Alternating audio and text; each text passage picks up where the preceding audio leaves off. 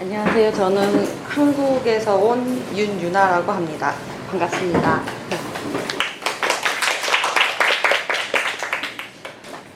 大家好，我是在政治大学就读韩文所2年级的那个硕士生。然后就是要先跟大家，就是发表开始前要先跟大家说明一下，就是因为我对就是引诱那学者他的所专攻的内容就是不是非常的熟悉。那如果有一些误植或者是误用的专业用语的话，也就是欢迎大家在会后可以就是批评指教，谢谢。 那我们现在就开始发表。 네, 시작하겠습니다. 네. 먼저 이 글은 한국에서 이화여전의 젠더 분리주의 교육과 여학생 작품의 S 감정이라는 제목으로 2018년도 한국여성문학연구 학회지에 발표된 논문입니다. 이 글을 이제 대만 국립정치대학교에서 발표하는 것으로 제가 수정했습니다. 네, 그것을 제가 먼저 밝히고 시작하겠습니다. 那我今天要演讲的内容是我在2018年的时候韩国女性文学学刊所发表的论文。那这篇论文的题目是韩国梨花女子专门学校，就是朝鲜那时候的性别分离主义教育及女学生作品的 S 情感。那我今天就是将这篇论文重新整理，并带到台湾政治大学来发表。 식민지 조선의 여학교는 거의 기독교 재단의 학교였는데 기독교 재단의 여학교에서는 동성애가 공공연하게 인정되는 자연스러운 행위였습니다. 그리고 이제 1920년대 가부장주의 담론에서 여학생의 동성애는 이성애로 옮겨가기 직전에 순결을 지키기 위한 관계로서 여학생에게 권장되고 있었습니다. 在1920年代，父权霸权主义之下，女学生的同性爱被认为是在展开异性恋之前可以守护女性纯洁的一种关系，所以女学生们其实被鼓励发展这样的关系。此外，在殖民时期的朝鲜，几乎所有的女子学校都是基督教学校，而在基督教学校中，同性爱也被公然认为是非常自然的行为。 在当时的社会，同性爱被认为对于个别女性成长的过程的影响非常大。 이렇듯 사회적 상황과 제도 안에서 동성애는 개별 여성의 성장에 영향을 끼칠 수밖에 없는 것이었습니다. 여성의 동성애 체험이 가부장주의 담론에서 긍정적으로 평가되기도 하는 게 저는 이상하다고 판단했습니다. 이것은 그러니까 여성의 그 연애의 문제가 이성애로만 갈 때 여성의 순결에 문제가 된다는 뜻에서 그러합니다. 여학생의 동성애는 정신적으로만 행해야 하는 연애로 제한되고 있었습니다. 那就是我认为在当时的社会中，女性同性爱的恋爱经验被获得正面评价，与当时的父权主义其实是非常相齐的两件事情。另外还有，为什么只有当谈到男女的恋爱时，女性的纯洁才会成为问题？这件事情也是让他觉得非常奇怪的事情。那是因为女学生之间的同性爱被限制，仅止于情感上的、精神上的情感。那关于女学生之间同性爱的论述，其实最大的问题就是女性的声音其实自始至终都被排除在外。 그리고 여학생 동성애 담론에서 가장 문제적인 점은 여학생의 목소리가 배제되고 있는 것입니다. 1930년대에 이르러 여학생들은 동성애적 감정을 잡지 등의 매체를 통해서 표현할 수 있었는데 제가 보고 싶은 것들은 여학생들의 동성애적 감정이 어떠했는지 알아보기 위해서 일단은 한국 최초의 여학교, 고등여학교 이화여자 문화청년들이 주체적으로 썼던 글을 교지 이화에서 살펴보겠습니다. 那到了1930年代，女学生们开始透过媒体来表达就是开始用自己的声音去表达对于同性爱情感这件事的看法。那就是我会在这篇论文中通过就是刚刚所讲述的那篇论文，然后会通过当时就是梨花女子专校里面所发行的叫做梨花的校刊，然后里面所刊登的诗 等等的内容来探讨这一块内容。 그래서 1장인 서론에서는 1920년대 가부장주의 담론에서 드러난 순결교육과 여학생 동성애의 상관성을 살펴보았습니다. 所以在第一章的绪论中，首先会先梳理在父权霸权主义之下，女学生的纯洁教育与同性爱之间的关系。2장에서는 기독교 학교로서 되게 극심했던 이화여전의 종교교육이 이화여전 여학생들의 엘리트 의식에 어떠한 방식으로 기여했는지 살펴보았습니다. 그리고 이화여전의 종교교육은 여학생들에게 젠더 분리주의를 수용하게 했는데 여학생들은 양성평등을 토대로 여성을 타자화하면서 지식인 여성의 우월성을 강조했습니다. 그리고 기독교 교리를 바탕으로 교육된 서구 이성 중심주의 사상은 여학생의 창작 행위에 영향을 끼쳤는데 이것의 상관성을 2장에서 살펴보기로 합니다. 那在第二章中会关注的部分是梨花女专的宗教教育以何种方式对女学生的精英意识发挥了作用。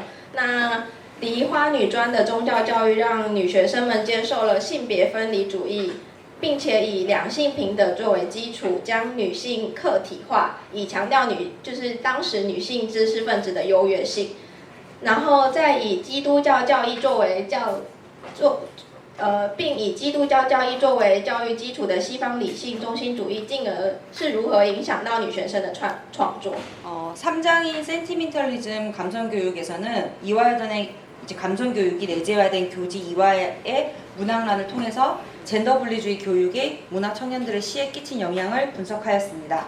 그리고 미션계 여학교에서 종교를 위해 활용되었던 문학에 동성애 코드가 섞여 들어간 것은 젠더 분리 정책과 사회 가부장주의 담론에 대항하는 여학생 문학의 자율성에 상당한 원인이 있다는 것을 알게 되었습니다.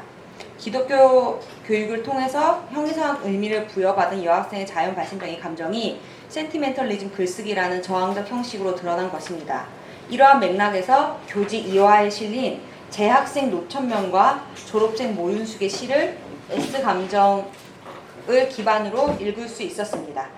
那在论文的第三章中，会透过感性教育而被内化的梨花女专校刊中的文学作品，会来分析当时候性别分离主义对于这些文学青年所造成的影响。那到了1930年代，女学生们通过校刊对自己的情感得到了发话的权利，所以梨花女专为基础所形成的教育理念之下，梨花女专文学青年之间的同性爱其实是成为再自然不过的情感。那教会学校除了教会学校为了宗教的教育而在文学中其实使用了很多同性爱的符码。那这有很大的原因，其实就是女学生们她们对自己文学的就是自主权，对他们的自主权对于分离主义，就是性别分离主义与父权主义提出了很大的抗议。那这些东西，这些脉络，其实可以在当时刊载在梨花女专校刊中，两位学生卢天命与毛允淑的诗中可以看得到。 네, 그리고 결론이 4장에서는요. 교지 이화에서 드러난 이화여전 문학 청년들의 내면과 학교 바깥의 가부장주의 담론이 충돌하고 있었음을 확인하였습니다. 여학생 동성애에 대한 가부장주의 담론은 오히려 여학교를 반기독교적 정서를 지닌 장소이게 했습니다. 이화여전의 문학 청년들은 근대적 여성 교육 제도에 부합하는 여성 문인의 상으로부터 독립되고자 주체를 스스로 변화시키며 예술가로서 식민지 시대에 수용된 근대적 젠더의 틀에 균열로 자림하고 있습니다. 那在最后第4章就是论文的结论中，确认了梨花校刊中所呈现的文学青年和外部的父权主义其实是确实有冲突存在的。那父权主义对于女学生同性爱的论述，反而就是使女子学校成为具有反基督教情绪的场所。那最后就是他发现梨花女专的文学青年从符合近代女子教育期待的女文人独立出来，从这样的形象独立出来后，转变成可以打破殖民时期下近代性别框架的艺术家。 1920, 30년대에는 여학생 동성애가 엄청 유행을 했는데요.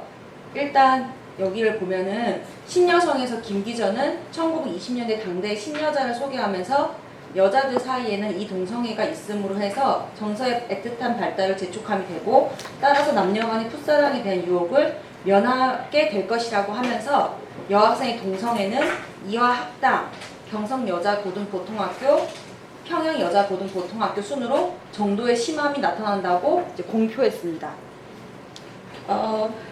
同性爱在当时1920年代是非常有流行的。那在杂志《新女性》中，这位作家，他介绍了1920年代当代的新女性，并表示女性之间同性爱可以促进更深切的情感，以避免男女之间不成熟的情感诱惑。女学生的同性爱分别在梨花学堂、京城女子高等普通学校，还有平壤女子高等普通学校依序展现出不同程度的同性爱情感。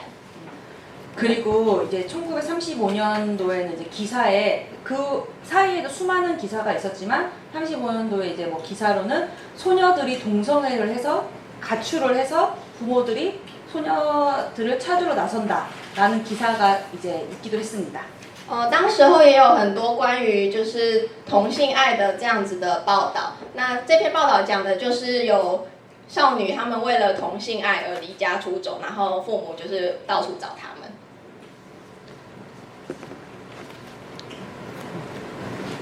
그리고 뭐 방금 봤던 것의 내용은 이제 남자들이 소녀들의 동성애에 대해서 얘기를 하는 거고 이거는 여성 명사들이 본인들의 동성애 체험에 대해서 얘기하는 글입니다.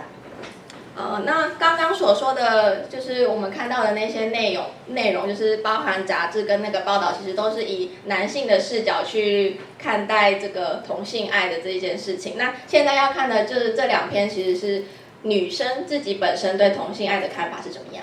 한국의 유명한 여성 운동가였던 황신덕은 여학생 시대에 동성연애를 안 해본 사람은 별로 없다. 나도 그 축에 빠지지 않고 여러 차례의 경험도 많다.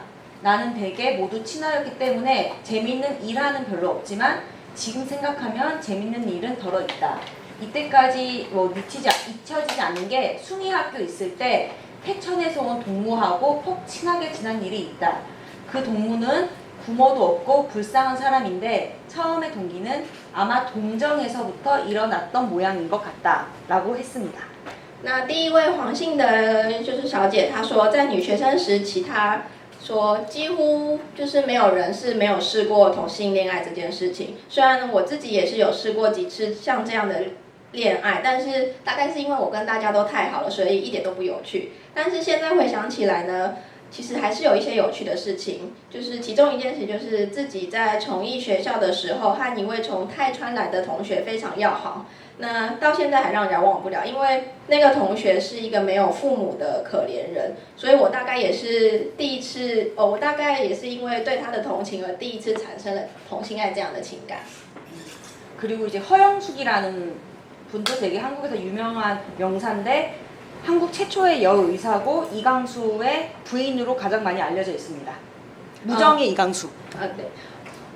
那下面这位徐英树小姐，她其实也是在韩国非常有名的一位学者。那她是另外一个小说家李光洙，就是写《广场》那一位李光洙他的夫人，然后也是一位韩国第一个医师。 이 허영수도 경쟁적으로 동성연애를 많이 했다고 밝히고 있는데요. 14세, 15세 때 이제 진명학교에서 만나면서 동성연애를 많이 했습니다. 별로 남에게 디디지 않게 많이 하였을걸요. 지금 중앙고보 모 선생의 부인 김경희 씨가 배아여고에 있을 때 재미있게 지냈어요. 그는 기숙사에 있었고 우리 집은 바로 야주계에 있었지요. 학교도 서로 다르기 때문에 일주일에 한 번 예배당에서 만났는데 이 7일간이 어떻게도 멀든지요. 기다리고 기다려서 만나서는 너무 반가워서 껴안고 무슨 말이 그렇게 많았는지요. 라고 했습니다. 那关于许英树对于自己当时同性爱的回忆是，他在念静明学校的时候，其实有试过非常多的同性恋爱，因为他为了不要落后别人太多，然后像他就想起一段在中央高普某老师的夫人金庆熙小姐的回忆。那金庆熙当时是念的是培花女高，但是因为他们两个念的是不同的学校，所以他住在宿舍，然后他们家就在宿舍旁边。但是因为住在不同的因为是不同学校，所以在每次只有在1周1次的礼拜的时候才可以见到面。他们都觉得7天实在太漫长了，所以等终于可以见到面的时候，他们两个总是就是非常高兴，然后就抱在一起，什么话都不说这样。 이렇듯 이제 동성애가 유행을 했는데 그 동성 연애를 여학생들은 S라고 불렀습니다. 当时候这样的同性爱就是在当时是非常的有名，然后他们之间就是以就是上面写的 sister 的英语 S 来称呼这样的情感。 낭만적 사랑을 함축하는 연애라는 용어가 식민지 조선에서 대중화된 것은 1910년대 말부터 1920년대로 여학교에서 S 유행이 시작되었던 시기와 거의 일치합니다. 이 시기는 1919년 3.1운동을 기점으로 지나치게 실업교육이 편중되었던 여학교의 교육이 조선 총독부의 사립학교 규칙 완화로 종교교육과 외국어 교육이 허가되었던 시기와 맞물립니다. 那就是蕴含这个浪漫爱情的恋爱一词，其实是在殖民时期朝鲜开始大众化。那这个时期就是大众化的这个时期，其实是以1910年代末至1920年代女校开始流行 S 这个词的时期是一致的。那另外还有在这个时期也是与3.1运动后原本偏重于职业训练教育的女校，因为朝鲜总督府对私校的教育放宽政策而开始实施宗教与外国语教育的时期也是吻合的。 여학생들의 교육이 사회적 활동이 가능한 교양인을 육성하는 것에 초점이 맞춰졌을 때 연애가 대중화되고 여학교에서 S가 이제 유행하기 시작하는 것은 외국어 교육과 종교 교육이 여학생들을 감성적으로 성장시켰다는 것을 나타냅니다. 那当女学生对于女学生的教育开始聚焦在培养能够社会中有用的文明人时，恋爱就开始变得大众化。那女校里面也开始流行 S 这个词，这表示当时的外国语教育与宗教教育开始让女学生的感性有所成长。 네, 그럼 S를 살펴보겠습니다. 시스타의 은어인 S는 일본에 의해서 이제 식민지의 문화 번역되었습니다. 1920년대 여학교를 중심으로 유행하기 시작한 S는 여학생들의 고유한 문화적 표현으로 여성 간의 강한 유대관계를 가리키는 말로 기능합니다. 여학생의 동성연애와 동성애를 모두 지칭하는 S는 남성의 시선에 의해서 미성숙한 연애로 해석되었습니다.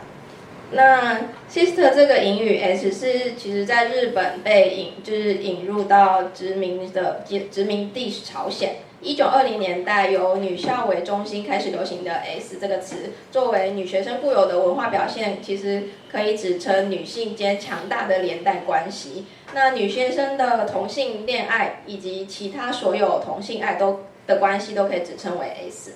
那这样的关系其实是被当时候的男性解读成发展异性恋之前非常不成熟的恋爱关系。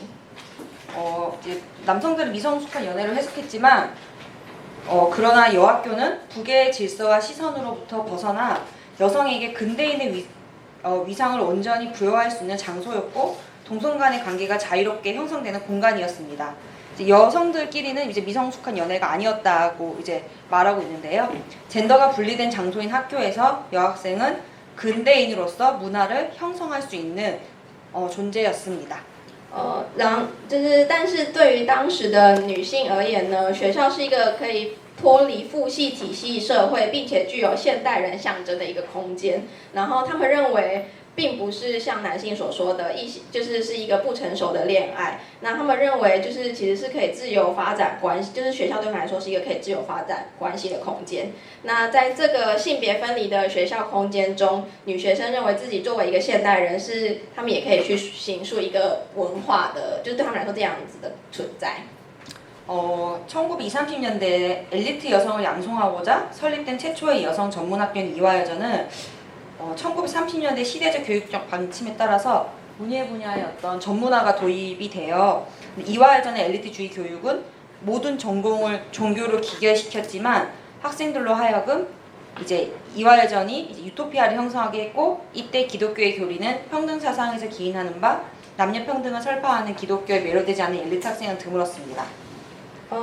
那最初梨花女专，它是以培养基因女性为目标而设立的一间女子专门学校。那当时根据1930年代的教育方针，他们开始引进了文艺领域的专业化。那梨花女专精英主义的教育将当时具体专业的文学、音乐、家庭学全部都归结于宗教，让学生形成了梨花女专的一个乌托邦的一个形象。那此时教育就是原本宗教教义，就是基督教的教义，其实是源于平等思想。那他们宣扬的这样子的男女平等，让当时的精英女学生其实是非常受到吸引的。那他们也就是开始盲从这样子的基督教。이거는 교지 2화인데요. 기독교를 기반으로 결성된 학생 기독교 청년의 문학부가 직접 만든 교지인데 여기는 주체적으로 편집에 참여해서 학생들이 직접 만든 교지이고 당시에 이화여전이 하는 모든 행동은 다 화제가 되어서 이화여전이 졸업하고 누구랑 결혼을 하는지 이런 것도 다 기사에 실려서 이 이화가 굉장히 많이 팔렸습니다. 당시에. 그래서 이 교지지만 잡지의 기능을 하고 있다고 한국에서는 보고 있습니다.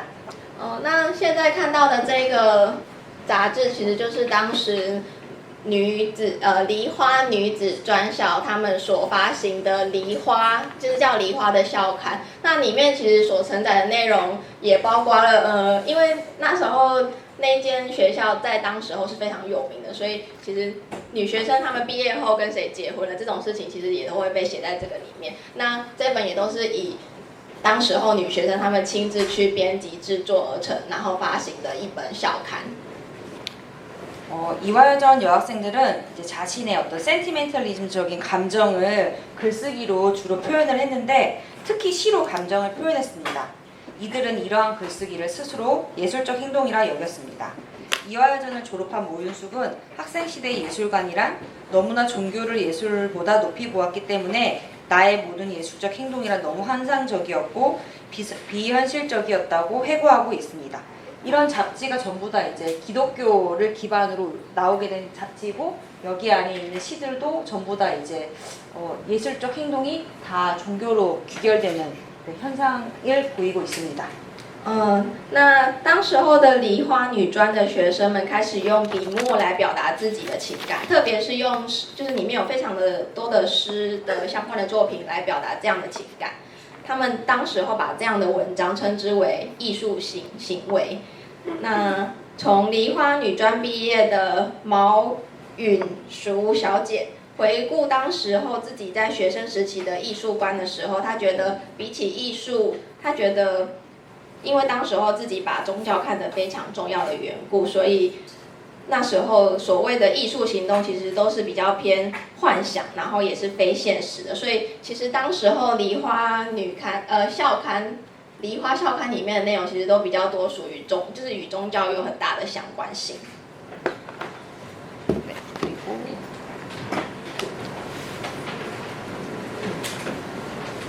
이게 이제 이화여전 학생들의 모습입니다. 那现在看到的是当时候梨花女专的学生的样子。 그러니까 기독교의 교육의 영향으로 정신이라는 무한한 창조의 영역에 형이상학적 의미를 부여받는 그녀들의 감정은 대상 선택에 제한을 두지 않습니다. 이화여전 문학 청년들의 S 감정은 이제 센티멘탈리즘 글쓰기로 표현되는데 이런 센티멘탈리즘 글쓰기는 남성 문인들에 의해서 상당한 비판을 받게 됩니다. 就是当时受到基督教教育的影响，在精神这个无限创造领域被赋予了形而学意义的女学生，并没有因此限制了她们情感对象的选择，所以她们就是透过了感性写作来表达出对于 S 情感的这样子的想法。 이제 남성들에게 비판받는 센티멘탈리즘 글쓰기를 저는 여성에게 가해지는, 여성에게 주어지는性교육 과정에서 유통되어 내려왔을 가능성을 열어두고자 합니다. 가부장적인 사회에서 식민지식 신여성의 교육은 여성들에게 이중억압을 가하는 것이었습니다. 그렇지만 이중억압 상황에서 여성 문인들의 센티멘탈리즘 표현은 저항하는 주체의 글쓰기로 볼 수 있습니다. 那他们们当时候就是被批判说，就是其实就是在就是不好意思。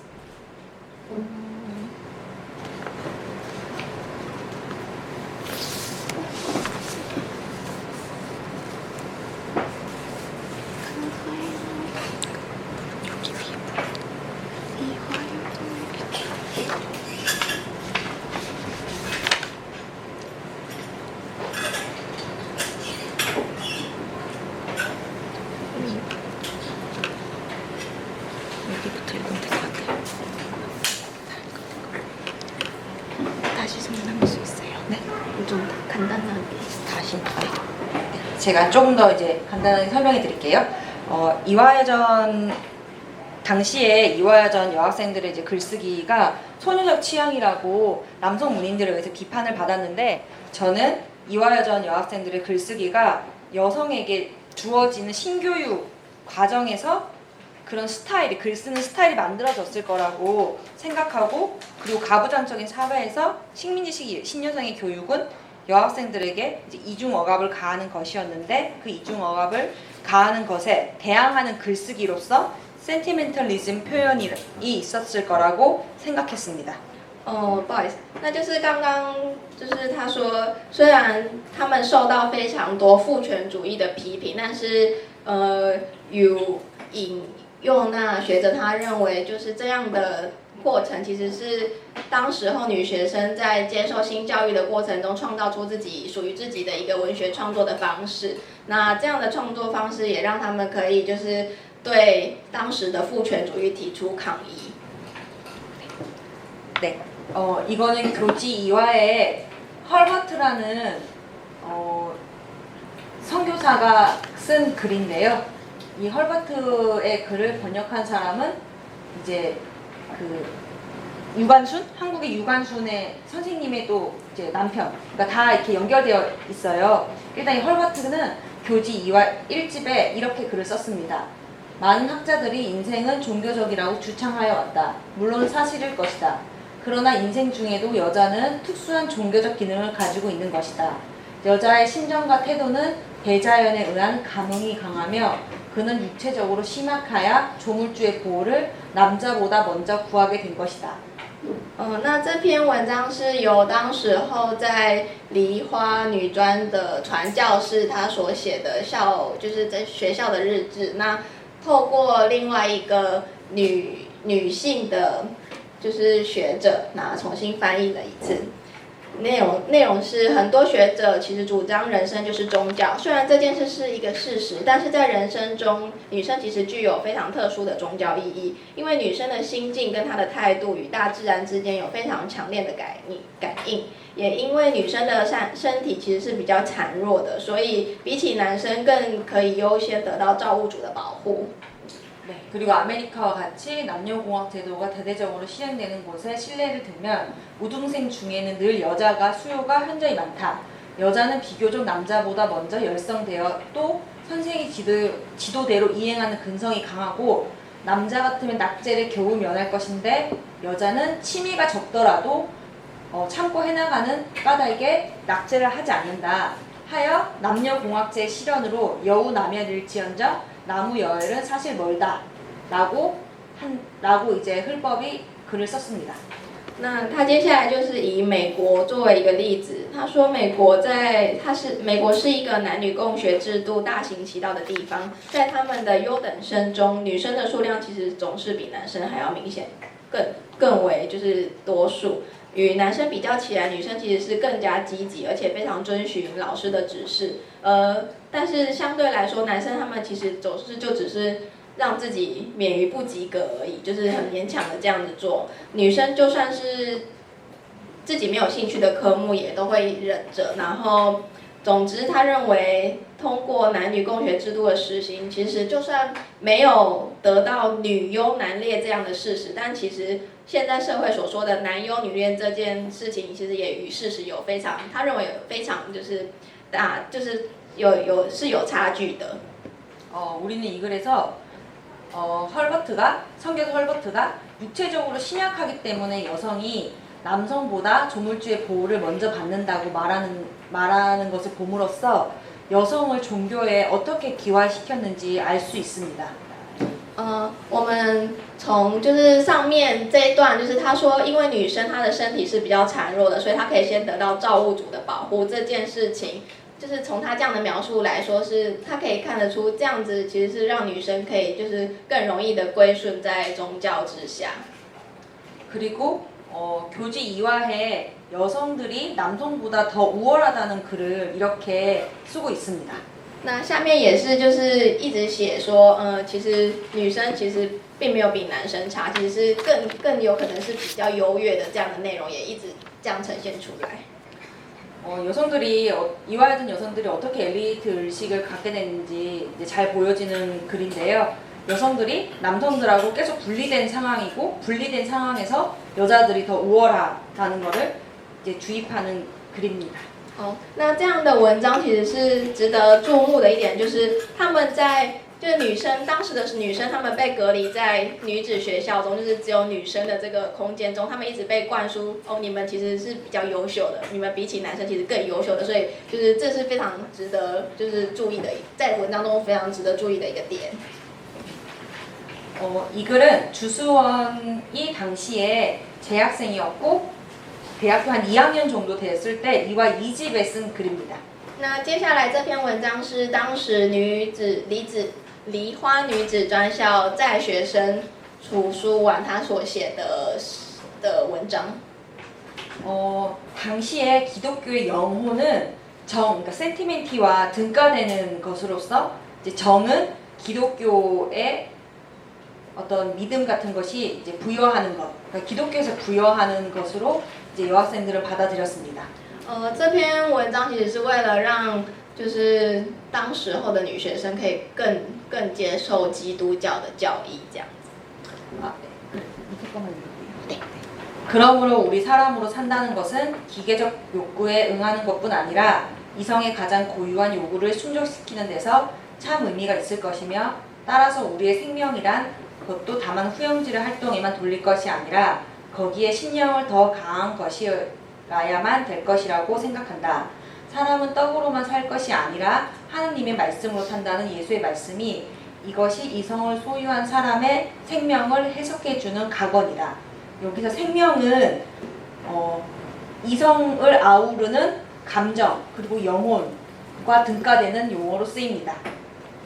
那接下来就是下面的内容所写的是，那么我们作为人类活着，不仅仅要回应的是那些机械式的欲求，更要去满足关于理性这方面的需求，这样的人生才会更有意义。因此，我认为我们的生命不能只有单纯物质的就是这样子的运作，还要再加上心灵层面。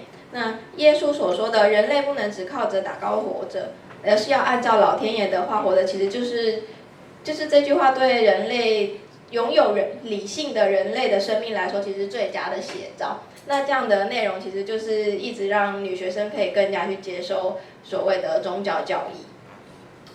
기독교의 형이상학적 의미를 부여받은 감정을 이화여전의 여학생들은 폭발하기 시작합니다. 那他们就是接受了这样子的教义之后，他们对于就是生命的一些情感开始爆发出来。 그리고 이제 당시에 이화여전에서는 두 명의 인물, 두 명의 이제 동무가 이제 병으로 사망하는 일이 있었는데요. 그 글을 이제 이화 4집의 슬픈 소식이라고 해서 적어 넣었습니다. 那左边这篇文章其实是当时候他们有2位就是女学生过世，所以他们就为了就是因为思念这2位女学生而留下的文章。 이화여전 장소에는 전반적으로 죽음의 이제 징후가 죽음이라는 이제 분위기가 드리웠는데 이화여전 문화 청년들은 상실한 대상에 대한 그리움과 슬픔을 형상화하는 이제 시를 주로 발표하기 시작합니다. 那他们就是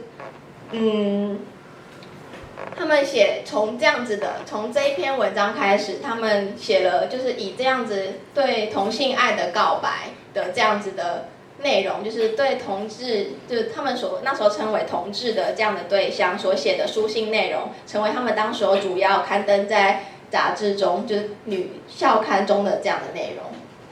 사실 당시에 식민지 조선은 나라를 잃었던 상황이었기 때문에 상실감이라는 것을 식민지 조선에 팽배하던 그런 조선 공통의 정서였습니다. 그렇지만 교지 이화에서 주목해야 할 점은 상실한 대상이 계속 여성이라는 것입니다.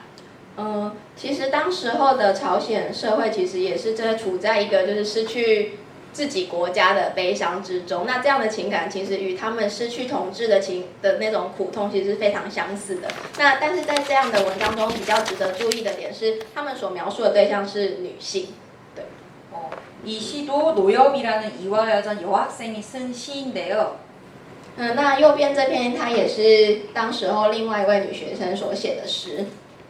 흰 달을 향하여 절하듯이 기촉도가 외로이 울고 있어요 라고 표현을 하고 있습니다. 那右边这篇就是他在写有关于另外就是他对就是自己的同伴失去的那种情感，他是把它具象化出来。 기촉도는 이제 새인데 그 흰목을 가늘게 느리우고 기촉도 하면서 서럽게 울고 있다라고 또 표현하고 있습니다. 那他在诗中其实有把就是哭的声音分成两种，那这两种其实分别代表的是开心与难过，然后他再透过这样子的写法，再把他关于同性的失去同性的悲伤，再把它描述出来。 이렇듯 여성을 상징하는 단어를 쓰고 그 여성을 성질하는 단어가 이제 이 시 안에서 그 주체가 상실되고 또 여성을 상실한 여성이 울고 있고 하는 내용을 시에 담고 있습니다. 那在这篇内容中，其实有充满很多关于描述女性的，就是特征部位的用词。那这样子的用词，其实就是在诗里面非常大的一个特色。 그리고 이건 한국의 유명한 국어사전을 그러니까 우리나라 최초의 국어사전을 만든 국어학자 이이승이 쓴 이화요가라는 이화의 우정의 노래 정도로 생각하면 되겠습니다. 那现在这篇文章它的作者呢，其实是最初韩国他们在做字典的时候，就是有参与在其中一位的，参与在其中的一位。 네. 13도에서 모여든 이화의 식구 누구나 조선이란 한어머니 딸 언니요 아우요 손목을 잡고 큰 이상을 바라보며 우리는 발맞추어 간다. 여기도 네. 그렇게 이제 이런 식으로 쓰여져 있고 여기서도 여성들끼리의 자매애를 노래하고 있습니다. 那这篇是它的内容，其实是在描写是关于他们同性爱之间的那个姐妹情感。 그리고 되게 재밌는 거는 이제 우리가 오늘 이제 날이 밝고 바람이 맑고 하니까 밖에서 나가서 놀고 싶은데 어떻게 할까 했더니 그 마음 거두어서 책이나 읽어라 라는 것도 담고 있습니다. 他们就是在里面比较有趣的部分，他是说，就是他们虽然想要出去吹吹风，然后或者是看看月亮，但是但是因为太暗了，所以还是留在家里看书。 네, 이렇게 뭐 이화라는 것은 낙원이고 이화 여전 출신들은 다 자매이고 우리는 영원히 별치 않는다라는 엘리트 의식과 자매가 깃든 노래를 교육자가 만들었습니다. 那像这样就是女性之间他们的女性就是那样子的同性爱的情感，其实是被当时候就是教育他们的老师们故意所制造出来的这样子的情感。 이렇게 교육자들까지 젠더를 분리하고 여성에게 어떤 여성들끼리 정을 나누는 거를 이렇게 강요하기도 하고 교육을 하기도 하는 상황에서 젠더가 분리된 공간에서 여학생들은 자연스럽게 S를 열망했을 것입니다. 那这样子的内容就是在教育的角度故意把这样的他们之间的情感故意把它强化出来，其实是就是为了让他们可以就是更加归顺于在宗教之下。 이때 문학은 센티멘티, 그러니까 정의 자유를 갈망하고 부추기는 통로이자 정을 표출하는 창구가 되었습니다. 젠더가 분리된 공간에서 이루어진 문학 교육을 기반으로 이화여전의 여학생들은 여성을 대상화하여서 감정을 글로 썼습니다. 순교를 강조하며 이중 책임을 가한 이화여전의 젠더 분리 정책과 사회의 가부장주의 담론은 이화여전 여학생들이 문학 작품에서 독립된 젠더관을 형성하게 하는 결과를 가져온 것입니다. 那他们 3-1번의 위에 부분 이렇게 부분 여기서부터 읽어볼게요.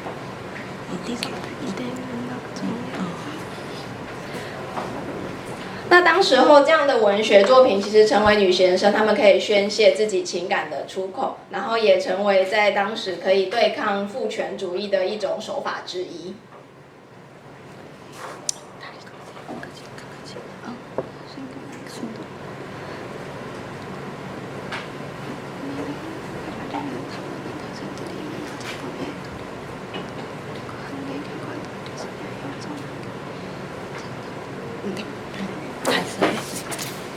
네, 이거는 이제 한국의 유명한 여성 시인 모윤숙과 노천명이라는 시인입니다. 혹시 모가지가 길어서 슬픈 사슴이라는 19절을 아시나요?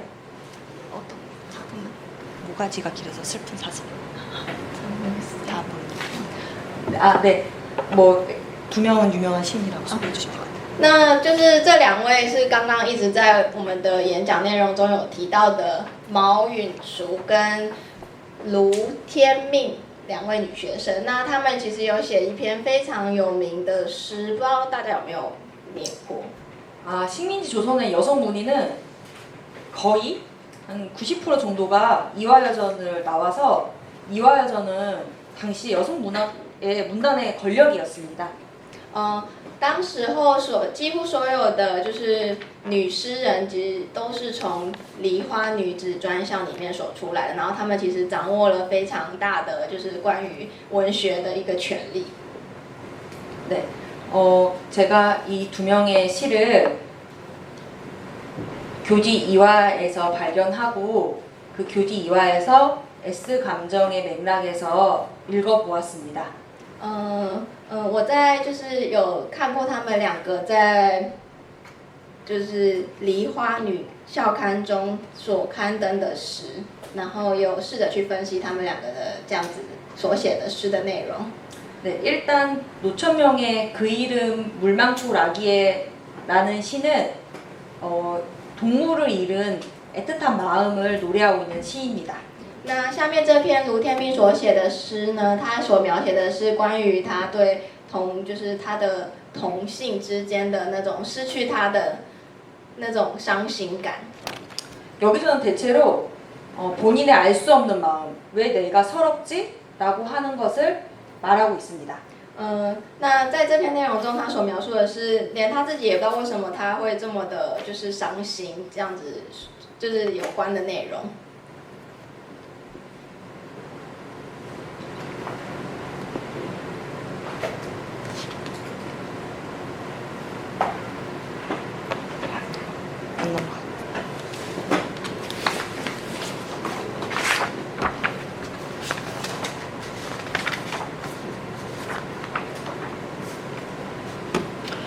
노천명은 후에 본인의 첫 시집에서 교정이라는 시를 발표하는데요.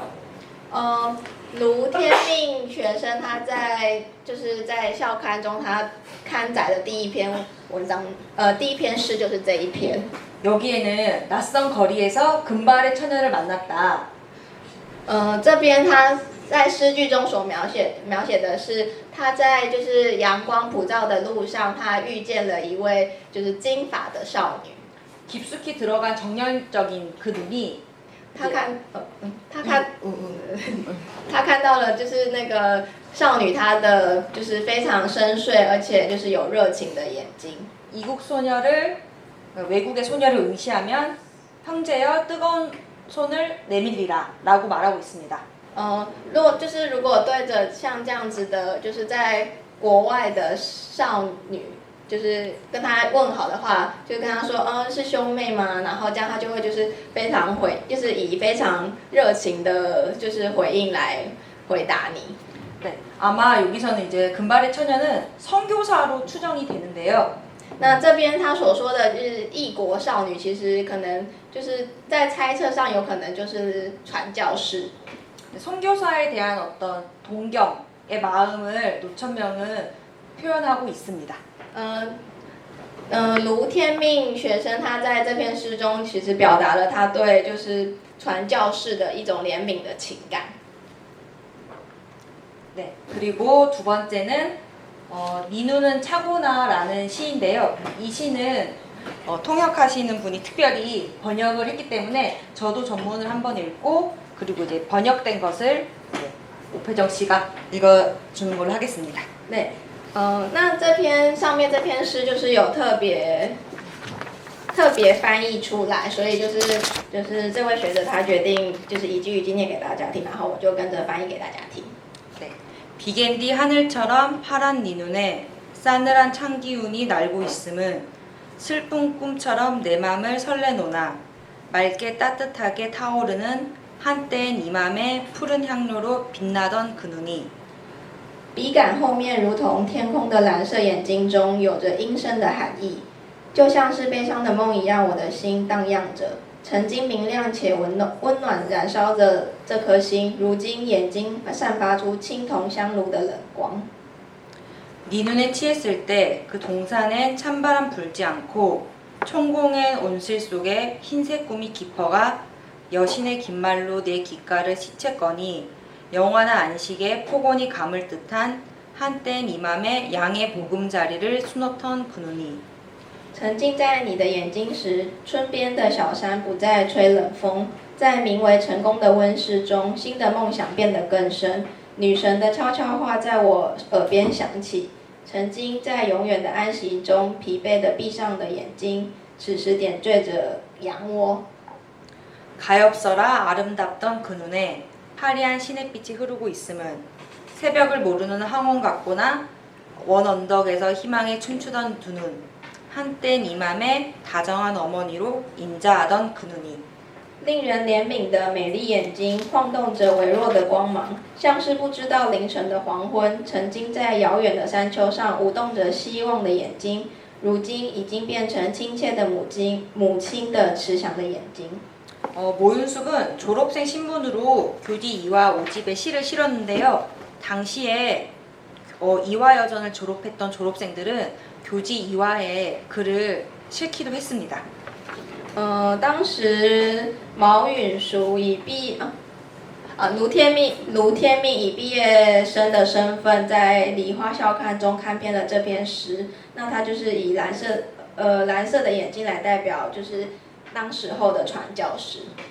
이 시에서 모윤숙은 서양의 역시 아까 노천명처럼 서양의 선교사를 상징하는 파란 눈을 가지고서 언어 유희로서 표현하고 있습니다. 就像刚刚说的，就是他以蓝色的眼睛去代表，就是当时候他们在学校所看到的传教士。 다정한 어머니로 인자한 눈에는 이제 화려한 시냇물이 흐르고 있다고 표현을 하고 있는데요. 他当时候是以就是眼睛中闪着微弱的光芒，就刚刚在诗中提到的诗句，然后还有像慈祥母亲的眼睛这样子的诗句，去代表了当时候他们所看到的西方的那个女传教士。 당시 이제 동양인이었던 모윤숙과 노천명은 서양인 선교사가 상당히 신비롭게 느껴졌던 것 같습니다. 我认为就是当时候在身为东方人的这两位学生卢天命跟毛允淑呢，他们对于西方的这位女传教士其实是感觉到非常，对他们来说是一个非常神秘的存在。 시인에게 이화여전 시절의 선교사는 어머니와 같은 존재로서 시적 영감을 불러일으키는 존재였습니다. 금발의 파란 눈 선교사는 문학 청년들에게 상상력을 자극하는 낯설고 아름다운 모습이었을 것입니다. 对，就是写这篇的诗人来说，其实梨花女专时期的传教士像是母亲一样的存在，而且是可以让他们唤起对于诗的这样子灵感的存在。对于当时文学青年来说，金发蓝眼的传教士有着可以刺激想象力，而且可以让他们觉得很心动的一个这样的外表。 금발의 파란 눈 종교를 높게 본 탓에 예술적 행동이 너무나 환상적이고 비현실적이었다고 회고한 모윤숙에게 기독교에 매료됐던 학창 시절은 여성이라는 영토에 갇힌 이제 뭐 한정된 상상력이 동반된 공간이었을 것입니다. 当时候就是毛允淑，她回想起来，因为自己把宗教看得就是地位非常高，所以她当时所谓的艺术行为，其实都是非常具有幻想而且非现实的。对她而言，当时盲从基督教的那个学生时期，其实是有点像是被局限在一个名为女生的一个空间之中。 여학교 내부에서만 인정되고 여학교 시절에서만 이제 가능했던 동성애와 모윤숙이 해고한 여학생 시절의 예술적 행동이 여성이라는 그 언어의 한정된 공간에서 맥락을 같이 하고 있습니다. 那在只有女校内部才被认可的这样的女学生的同性爱，还有毛允淑刚刚她所回忆的学生时期那样子比较非现实的艺术行为，其实就是都是像刚刚所说的那样子的脉络之下，是因为他们就是被限制在像这样女性空间的一个就是创作的氛围之下。 네, 뭐 사진을 보자면은 여기가 이제 선교사, 그러니까 이화여전을 만든 선교사 분입니다. 那现在在照片中看到的那位西方的女传教士，就是创立这个梨花女子专校的传教士。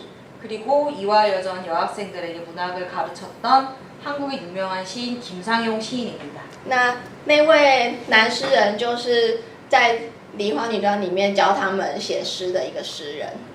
네, 그럼 이제 마지막으로 결론을 읽겠습니다. 那最后就是再做一个总结。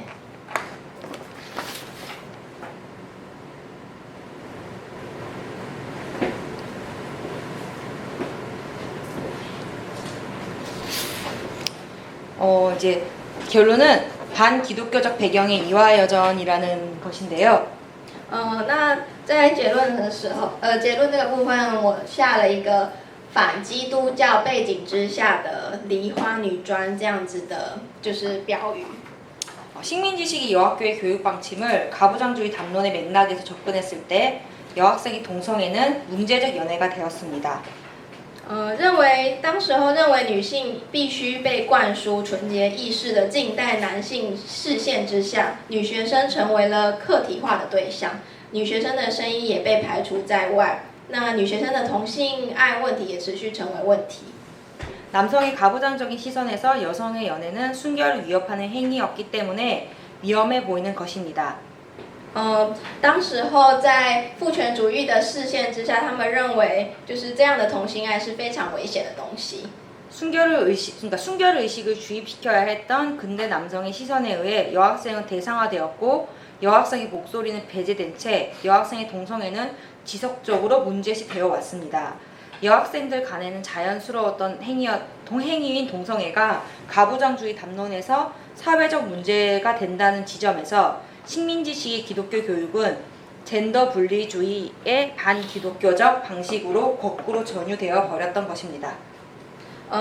在当时候，就是同性爱这样女学生之间亲密关系，其实一直被透过媒体知道，就被大家知道，然后评价。这样的理由其实就是因为在男性的视角之下，他们认为这样的关系其实是和女性他们所想要灌输女性的那个纯洁教育是有关联性的。那女学生的同性爱其实是被认为是异性恋的一种替代物。 동성애와 같은 여학생의 친밀성이 매체를 통해서 인지되고 평가되는 이유는 남성적인 시각에서 여성의 순결 교육과 연결지어서 계속 해석되어 왔기 때문입니다. 女学生之间自然发生的这种同性爱被父权主义认为是一种社会的问题。那反而在这样的论述之下，反而使基督教教育的就是基督教他们所主张的性别分离主义，反而成为就是这两个论点反而有点就是开始对立，所以就会变成这样的论点变成在反基督教的感觉。 여학생 동성애는 이성의 대체물로서 여학생들이 건정되고 정신적 연애로만 권장이 되었는데 이러한 정신적 연애가 가부장적인 젠더관으로부터 분리된 장소에서는 여성들 간의 낭만적인 연애의 형태로 드러났습니다. 那因为就是从父权主义到被隔离出来的那个学校的场所，这种精神恋爱其实被描述成是一种非常就是女性之间浪漫的恋爱，就是上面写的 romantic love。 이화여전의 젠더 분리주의 교육과 여성을 타자하는 방식의 기독교 교육이 당시의 가부장주의 담론과 맥락을 같이 하면서도 여학생들이 문학의 자율성을 기반으로 저항하는 주체를 형성했다는 데 영향을 끼쳤던 것입니다. 그러니까 여학생들은 로맨틱 러브를 기반으로 본인들끼리 그러니까 로맨틱 러브로서 이제 문학을 하고 그 문학 안에 포함된 자율성을 기반으로 스스로 저항하는 주체를 만들었다는 것입니다. 那当时就是梨花女专的性别分离主义教育跟就是他们把女性客体化，然后当时就是这样子的论述方式，其实是与当时的父权霸权主义是一脉相承的。那女学生则是以上面说的 romantic love 为基础，然后他们开始发展自己的文学，然后对这两个这样的论述提出了反抗。 이화여전이 엘리트 학교이다 보니 아무래도 굉장히 보수적인데 그러니까 이런 보수적인 교육 방침을 내재화한 여학생들은 교지 이화를 통해서 가부장주의 담론에 억압된 경향을 보이기도 합니다. 那就是因为一开始以就是培养精英人才这样子目标设立的女子专校，其实也是相对程度的保守，所以其实他们已经内化这样教育梨花女专的女学生们，因为已经内化这样的教育方针了，所以他们即使受到了父权主义的压迫，他们仍然就是透过 S 感情这样子的抒发，去对他们父权主义提出了抗议。 그렇지만 이제 여학생들이 주체적으로 S 감정을 발화했다는 것에 의의가 있습니다. 就是在这边所说的这样的 S 情感，其实就是近代女子学校中所发現的受过教育的女性的心事情感。 네, 이때 드러난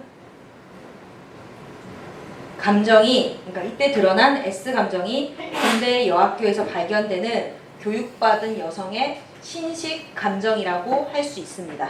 那这样子的情感，就是他们作为一个可以发话的主体，就是透过 S 情感这样子的抒发，让他们可以成为一个可以主动发话的一个主体。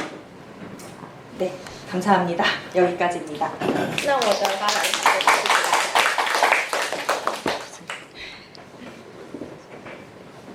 네, 혹시 궁금한 것이 있거나 네, 같이 얘기해보고 싶은 게 있으면은 같이 얘기할 수 있었으면 좋겠습니다. 请问大家有好奇的部分，或者是想要一起讨论的内容吗？就是我可能先有2个问题，一个是마이크 들어보세요.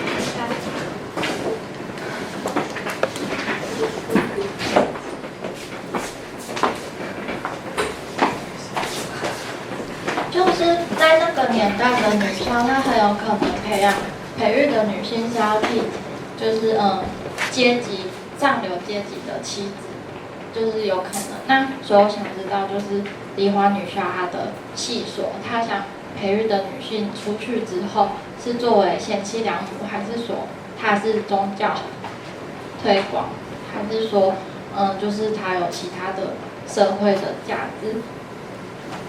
先问这个就好了，谢谢。 그때 이화 여정대 여학생들은 어떤 나중에 나가면 어떤 여자를 원하는지 어떤 직업을 가졌는지. 아니면 다른 사람의 와이프가 되는지 이런 어떤 사람의 와이프가 됐고 아니면 좀 이 여기서 졸업한 여성은 나중에 어떤 사람이 되는지 어떤 거를 원하는지 이화여전에 당시에 문학과, 음악과, 가정과가 있었는데요. 当时候就是在梨花女专里面，其实有刚刚我所说的音乐，然后文学跟宗教这样子。 네, 이제 뭐 가정과를 나온 여학생들은 이화여전에 나왔기 때문에 굉장히 좋은 집안으로, 그러니까 높은 자제분의 뭐 그런 곳으로 결혼을 하기도 해서 누구누구랑 결혼을 했는지가 신문 기사에 뜨기도 했고, 음악가 출신들은 뭐 외국 유학을 가서 음악을 계속한 경우들도 있고, 교수가 되거나, 그리고 노천명 같은 경우는 이제 기자로 되게 유명했습니다. 当时候就是看他们分别自己就是在学校主攻的部分是哪一个。像刚刚有说到的家政的话，他就是真的会嫁到很好的人家。然后如果是音乐的话，他就是一样会继续走音乐的路，然后最后可能会去外国留学。那刚刚所提到的卢天命的话，他就是继续以一个非常有名的诗人在社会中活动。 그래서 또 되게 재밌는 거는, 그래서 그 당시에 이화여전 출신들이 너무 많이 배웠기 때문에 결혼을 못 한다는 그런 어떤 루머 같은 그런 루머 같은 기사가 잡지에 실리기도 했습니다. 因为他们就是在学校中学的内容实在就是因为他们学问太多了，反而就是有报道说他们结不了婚，因为太聪明了。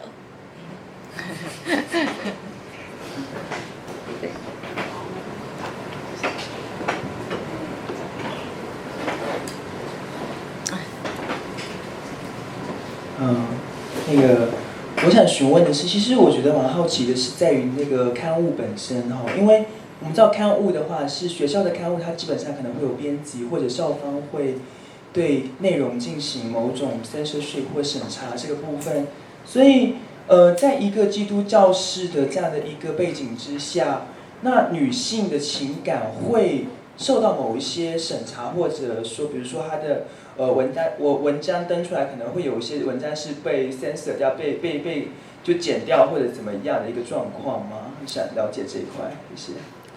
기독교 학교에서 이런 동성애 관련된 내용은 담고 있다면 혹시 학교에서 좀 짜릿거나 그런 경우가 있을까요?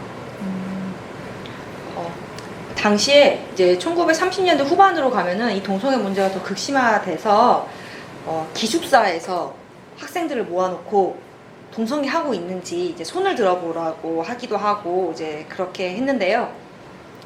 학교에서 이거를 뭐 교육자의 입장으로 바깥에 밝히지는 않았지만 공공연하게 이제 워낙에 이제 그 주목을 많이 받는 학교이기 때문에 되게 굉장히 골칫거리다라는 뭐 인터뷰 기사 같은 것들을 이제 뭐 기숙사 사감이라든지 교수님이라든지 이런 것들을 이제 인터뷰에서 밝히기도 했습니다. 근데 실제로 수업 중에 지금 동성애 하고 있는 학생들 손 들어보라고 하면은 대다수의 학생들이 손을 들었던 걸로 이제 기사화되고 있었습니다.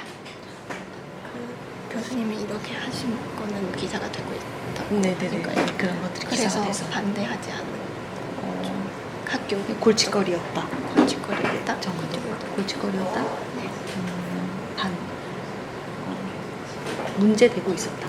하지 말라고 했는데 네, 학생들은 막을 수 없었다. 就是当时候因为就是梨花就是这一所学校，他们因为在当时是非常有名的学校，所以其实他们做的所有事情都在社会中是非常就是被注目的。那如果当时候虽然学校当时候是说不要做，但他们也只能仅止于说不要做，因为如果他们要是真的在课堂中或者是在什么样做就是阻止他们的话，他们其实是会到外面去跟就是他们的那些媒体就是如果他们可以接受媒体的采访，然后就是抱怨这件事情，所以他们校方他们最多就只能在口头上做就是训诫，而没办法真的在实际上有所就是作为。 그런데 여기서 말하는 동성애라는 표현이 한국에서는 1950년대, 60년대 이제 군사 정권이 들어오면서 동성애라는 표현을 이제 쓰지도 못하게 만들었는데 1930년대에는 동성애라는 표현을 좀 자유롭게 썼었어요. 여기서 말하는 동성애는 지금 현재 그러니까 2010년대, 2000년대 이후에 쓰는 동성애랑 좀 차이가 있습니다. 当时候其实后来在1950跟1960年代的时候，同性爱这个词其实是完全被禁止的。但是相较于1930年代，其实是比较能够被自由使用的这个词。那现在1930年代所说的同性爱这个词，其实是与我们现在所认知的那种就是同性恋，我们所说的同性恋其实是有一点差距的。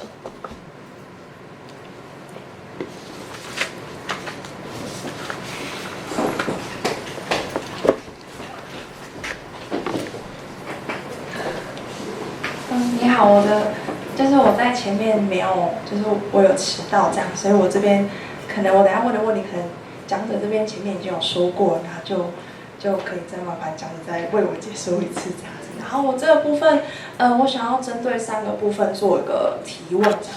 就是第一个，我看到就是其实我还蛮好奇，现在韩国对于比如说 LGBTQ 的看法，以及对同性的族群会有什么样的 态度，因为其实我觉得现在媒体蛮发达的，那其实也看得到，其实，在台湾同志运动的发展其实非常的蓬勃发展，甚至还有公投的出现，那以至于其实正反两方都可以有他们的论点来做批判。那我想问，那其实，在韩国他们的风气会是什么样子？这个议题是可以被搬上来讨论的吗？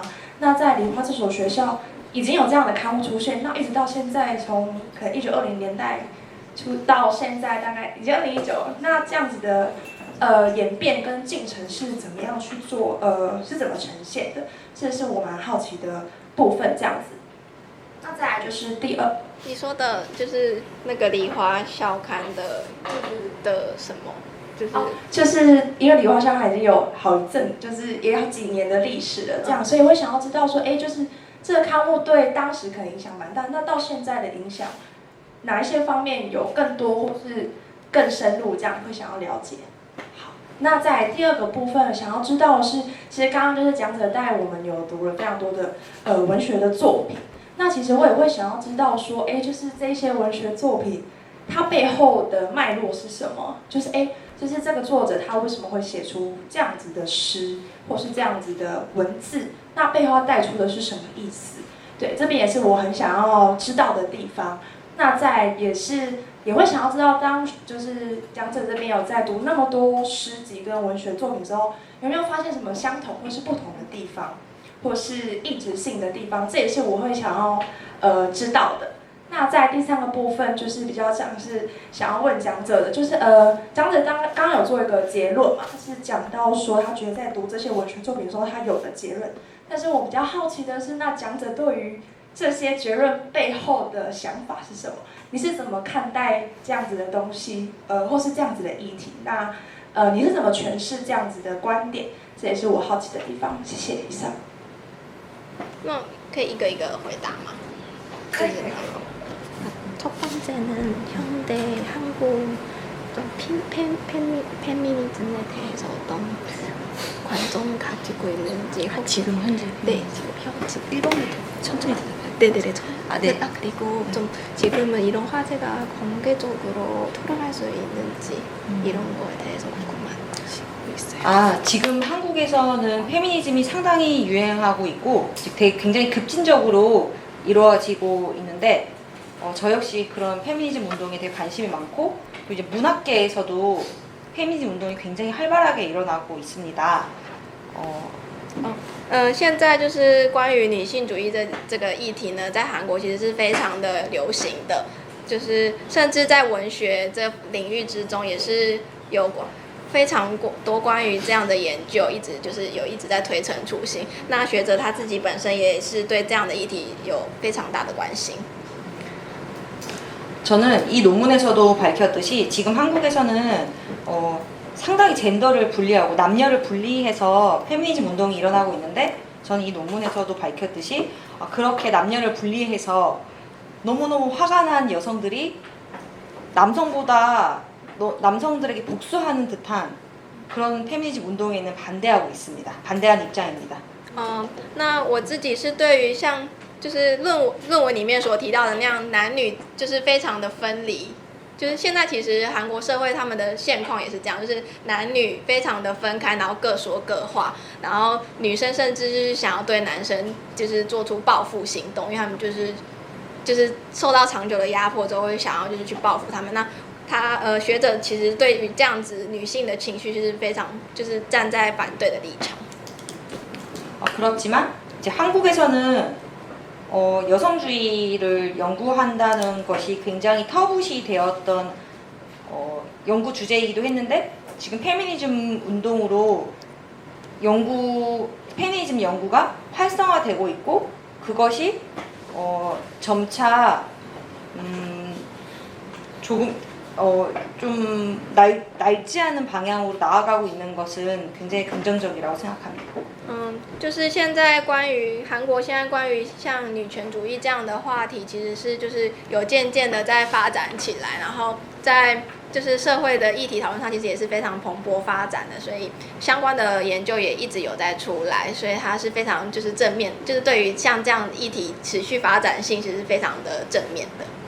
그리고 솔직하게 말하자면 젠더를 분리하는 것에는 반대하지만 여성들이 너무 오랫동안 억압을 받아왔기 때문에 이렇게 폭발적이고 이렇게 계속적으로 막 말을 하고 폭발적이고 막 화를 내고 이러는 것에 찬성은 하는 편입니다. 이래야지만 남성들이 귀 기울여 듣지 않나? 라는 생각을 합니다.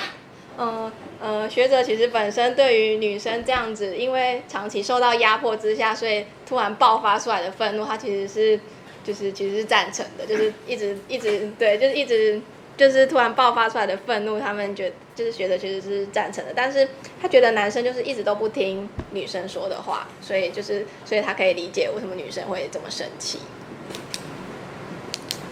那언제는 그 당시에 이화 교지는 아주 유명한 지리가 있잖아요. 근데 지금 이 이화 교지는 어떤 상황인지 아니면 지금 그러니까 당시의 교지는 잡지의 역할을 할 수 있는 기능을 했지만 지금의 교지 이화가 발행되고 있는 걸로 알고 있는데 그것은 그냥 학교에서 보는 학교 학생들도 잘 안 보지 않을까요? 지금은 근데 그렇게 발행되고 있는 걸로 알고 있습니다.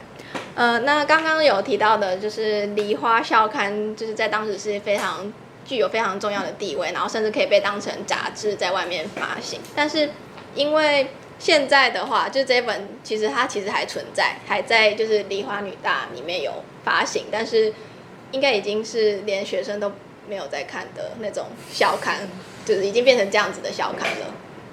그렇지만 이화여전의 여성학이라는 전공이 있는데 그 여성학 전공은 아직도 이제 그때도 그랬지만 지금도 이제 최고의 학과로 평가받고 있습니다. 그래서 이제 그 여성학을 이화여전에 어떤 전공을 하더라도 여성학을 무조건 거쳐야 되고 여성학 전공들은 지금도 이제 최고의 전공으로 평가받고 있습니다. 就是当时也是在女权主义这方面的研究非常多。那现在的梨花女大也是同样的状况，就是他们也是非常以这个为自己就是算是一个骄傲，所以他们不管自己在修什么系，或者是说什么专业的领域，他们其实都会希望可以与女权或者是女性主义、女性相关的这样的领域可以做结合。 然后就是梨花女大他们在这方面的研究其实也是得到非常高的评价。이화여전이 지금 이화여자대학교인데요. 나중에 한번 서울에 오시면은 한번 가보셔도 좋을 것 같습니다. 굉장히 아름답습니다. 就是现在刚刚所说的梨花女专，其实就是现在就是大家其实都非常知道的梨花女大，然后非常漂亮。以后大家如果去收的话，可以去参观看看。 세 번째는 아까 그 얘기했던 그 시들이 어떤 그 뒤에 어떤 작가들이 어떤 의미를 표현하고 싶은지 어떤 맥락이 있는지 그 시에서 어떤 맥락이 있는지. 네네네. 그리고 작가들이 어떤 그 시인 그 여학생들이 어떤 뜻을 표현하고 싶은지 그런 거에 대해서 아, 네. 그 세 번째 질문에 대해 답은 이 아까 시를 보셨다시피 여학생들이 이게 교지다 보니까 제가 다른 여기에 얻는 시에는 누구누구에게 그러니까 편지 형식으로 서한의 형식으로 시를 많이 썼습니다. 그래서 여학생들은 여기에 본인들의 시에 그러니까 본인이 어떤 감정을 갖고 있다라는 거를 시로 노래하고자 했습니다. 그래서 모윤숙도 그렇고 노천명도 그렇고 교지 2화에 넣었던 시는 본인의 이제 시집에는 넣지 않았습니다. 当时候在梨花这个校刊中所刊登的诗，就是主要的内容形式就是刚刚说的，就是给谁的信，就是所以他其实是对于那个同性想要表达的，就是他在诗里面其实就是想要表达自己对他的感情。那这些诗其实在他们自己那些诗人，就是刚刚说的与卢天命等这样子的女学生，她们自己个人以后的诗集其实是都没有刊载的，因为就是比较像一个书信的形式，而不是像真正的诗这样子。 아, 그리고 교지 2화에는 소년에 대한 마음을 그리는 시도 있습니다. 소년. 其实，在那个校刊中，其实有对不只有对少女，其实对少年的情感也有相关的内容的。 그 시들이 어떤 차이점이 있는지 네네네. 공통점이 있는지 아, 시에서 뭐 공통점 차이점은 많이 쓰는 언어가 뭐 죽음 뭐 이런 것들이 이제 많이 이제 공통된 정서를 담고 있고 차이점은 다른 여학생들에 비해서 노초면 모윤숙이 확실히 시를 잘 씁니다. 就是刚刚有提到，就是同学有问说，那些 구체적으로 잘 쓴다. 구체적으로. 就是在刚刚所提到的诗里面，他们其实有很大的相同点，其实都在描写他们对于自己就是同性逝去的那种感伤。对，就是这个关于死的这个话题，其实在很多诗里面都可以看得到。那另外的差异点，其实就是最大的差异点就是他觉得那个就是卢天命跟那个毛允淑他写的诗，就是比起其他女学生写的是更加就是突出，也更加杰出的作品。 하지만은 개인적으로 어떤 이런 화제에 대해서 어떤 생각을 네네 동성애 네. 저는 일단 이 글을 쓰면서 당시에 학교가 생기면서 여성들이 이제 외부로 집 밖으로 나갈 수 있었기 때문에 여성들의 우정을 남성들이 너무 문제시 여긴 게 아닌가라는 생각을 했었고, 두 번째는 동성애라는 것이 혈기왕성한 이 청춘들을 한 공간에 집어넣으면은 당연히 사랑의 감정이 발생할 수 있지 않나?라는 두 가지 생각을 했습니다.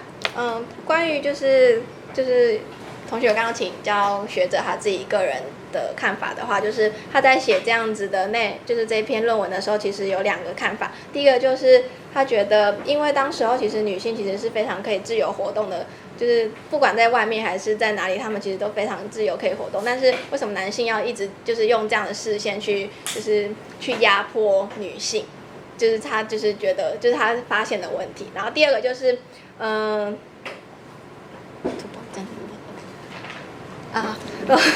就是那他关于学者对于同性爱这一件事情的看法，就是如果把一群就是非常血气方刚的，就是青年们关在同一个空间，就是同性爱其实是非常可以自然而然会发展的那种关系。他觉得应该是这样子吧，就是如果把一群就是血气方刚的少年少女们，只有少女的话关在一起，也是有这种可能性。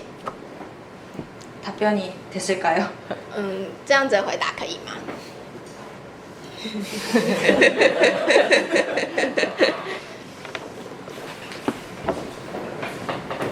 我想刚刚同学主要想问的不是女权主义，而是 LGBT lesbian， 对，然后所以我想说，可不可以在一起学者去？你说现代的吗？对啊，对啊，就是 lesbian， 就是韩国怎么看待 lesbian 这件事情？ 지금 한국의 동성 간의 그런 사랑에 대한 관점은 좀 어떤지 여쭤볼게요. 한국의 지금 레즈비언 러브, 그러니까 레즈비언들에 대한 관점은 많이 변하고 있고 지금은 저희가 수업 시간에 커밍아웃 같은 것도 하는 네, 그런 상황입니다. 그렇게 이제 뭐 예전만큼 폐쇄적이지 않게 됐습니다.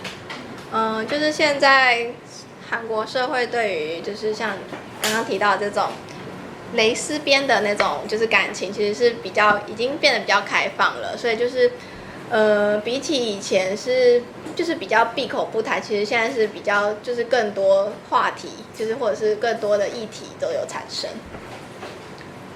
한국은 지금 동성애자에 대한 관점이라든지 페미니즘, 그러니까 페미니스트들에 대한 관점이라든지 이제 그들의 관점이라든지 이 모든 것들이 상당히 급진적으로 변하고 있습니다. 就是现在关于同性，就是刚刚说的那种同性恋的议题，其实是相对于以前真的是有非常的剧烈的就是巨大的转变。对，就是比起以前比较闭口不谈那样子的现象。 한국의 가장 이제 지금 가장 이제 책이 잘 팔리고 있는 젊은 작가가 이제 게이이고 그 소설 내용이 이제 게이의 사랑을 다루고 있는 소설이 이제 작년에 가장 큰 젊은 작가상도 받고 네, 가장 많이 팔리고 있습니다. 去年就是有一本非常畅销的书，就是那个 gay 写的，然后就是里面的内容也是都是关于像这样同性恋的事情，然后是年度销售最好的书。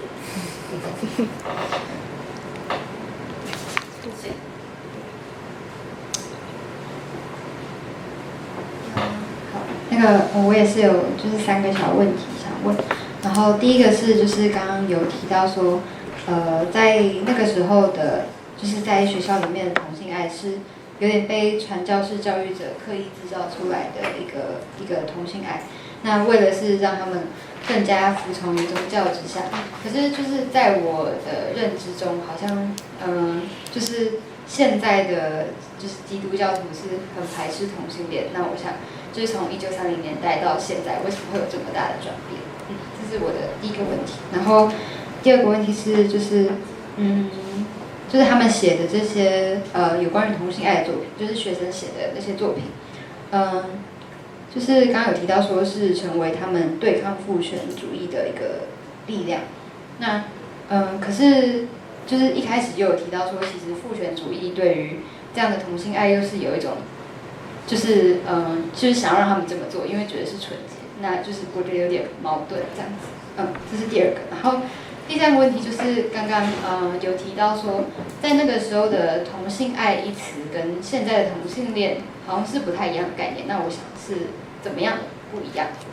大概是这样。谢谢。 그때 그 동성에 관련된 그런 관념은 좀 그때 교육자 기독교 교육자들이 입으로 만들어졌는데 좀 기독교랑 좀 위배되지 않을까?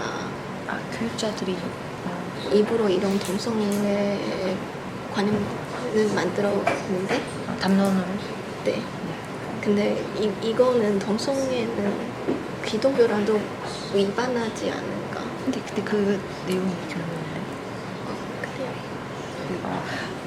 제가 이 일반 질문을 잘 이해했는지 모르겠지만 동성애를 정신적으로 동성애를 하라고 왜냐하면은 육체적 관계를 하면은 여자의 순결이 이제 사라지기 때문에 정신적으로 동성애를 하라고 권장을 되게 많이 했어요. 이제 그 뭐 사회적인 담론 안에서 근데 이것이 이제 그 이화여전의 기독교 학교인데 오히려 반기독교적인 이화여전의 학교로 만들어버린다는 게 이제 만들어버렸다라는 게 이제 저의 주요 논지인 거죠. 그러니까 오히려 남성들의 그런 담론이 이화여전을 반기독교적인 학교로 만들어버린 거고 역으로 그러니까 또다시 이 같은 맥락으로 기독교가 여학생들을 이제 교육하는 방식이 여학생들에게 동성애를 권장하는 방식과 같은 맥락에 있고 이것이 또 역으로 반기독교적으로 이제 학교를 만들어 버렸다는 거죠. 네, 좀 이해가 안 되는데요. 좀 기독교가 좀 그거 동성애 그런 코디가 많이 섞여 들어있잖아요. 들어가면 안 되는 거죠. 기독교는. 네, 기독교는 안 동성애를 되는데. 반대하는 건데. 네. 네. 근데 왜 좀 입으로 시키는 그런 느낌이 있는지. 육체적 관계를 그러니까 여성이 결혼 전에 남성과 육체적 관계를 가지면은 순결을 잃기 때문에 동성애를 권장한 거죠. 기독교요? 기독교요? 기독교. 네, 기독교 이렇게 관장하는 거예요? 아니면 여성과의 이제 사랑을 나누라고 권장한 거죠. 기독교의 교육 방침과 그리고 가부장주의 담론에서. 因为认为就是근데 동성 좀 그때 기독교랑 좀 같은 기독교한테는 좀 안 된다는 그런 일이 아닐까요? 네, 안 되는데 그렇게 교육 방침이 그랬다는 거죠. 그러니까 이게 되게 역설적으로. 네. 되게 아이러니한 상황이라고. 근데 그러니까 교육 방침과 기독교의 그 교리가 되게 부딪힌다, 아이러니하다. 네. 근데 왜 학생들이 이렇게 많이 하고 있는지. 그거는 그 일본에서 문화번역돼서 들어와서 네, 여성들의 공간에서 그렇게 하고 있다는. 네. 因为在宗教上就是在基督教上，他们认为就是如果女生就是就是不能发生性行为嘛，所以他们对于这样子的其实是就是为了避免这样的情况发生，所以其实反而就是会去鼓励同性爱。对，就是因为他们所支持的同性爱其实是精神上的那种精神上的恋爱，而不是就是真的身体上有什么接触。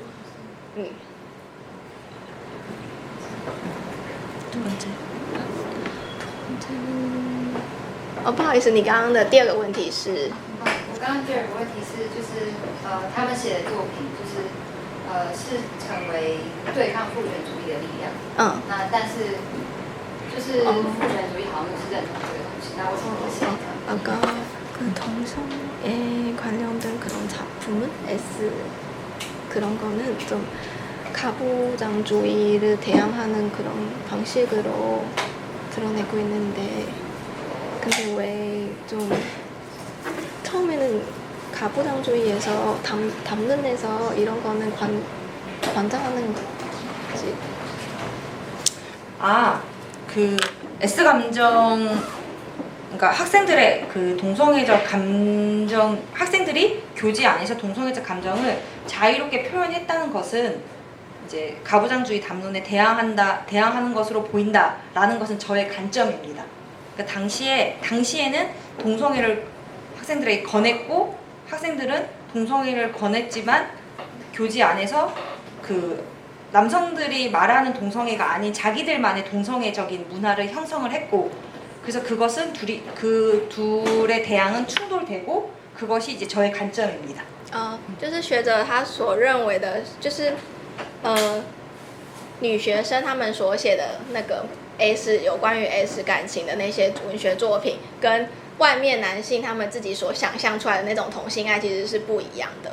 对，那女学生他们认为自己所写的这样子的 S 有关 S 感情的这些作品，其实是他们可以自己发展出属于他们自己就是他们才认同的那种同性爱，还有他们属于他们自己的文学创作的方式，其实就是像这样，就是刚刚所说的父权主义下那种视线的一种对抗，因为他们认为的同性爱其实是另外一种，就是有关纯洁教育，可是女学生他们不这么认为，他们认为的是就是他们所说的同性爱不是这样，不是为了纯洁教育而存在的，而是他们对于自己统治的一种怜惜感。이것을 보는 관점은 이제 부르디외의 그 문학자이라는 이제 제가 그 개념을 가지고 와서 분석을 한 건데요. 그러니까 문학의 고유한 기능이 문학은 자율성을 가진다. 그러니까 그렇기 때문에 억압에 이제 뭐 가부장주의 담론 같은 것에 억압되지 않는다라는 것이 이제 저의 관점이었습니다. 就是学者的他就是所持的主张是。有一位学者，另外一个学者他所说的关于文学的这个理念，文学就是要自由的可以发表自己的想法，所以他认为女学生她们透过这样子对于 S 感情的书写，其实就是一种自由自在可以去书写，然后可以对抗父权主义的一种方式。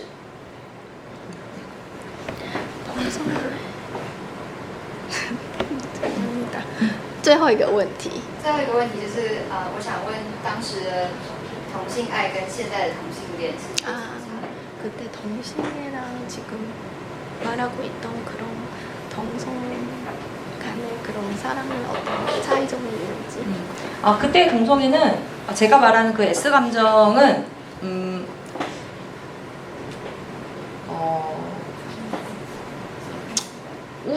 우정과 사랑 사이의 감정 정도로 생각하면 좋을 것 같고, 지금의 동성애는 레즈비언, 커밍아웃한 레즈비언들의 사랑으로 이제 얘기되고 있습니다.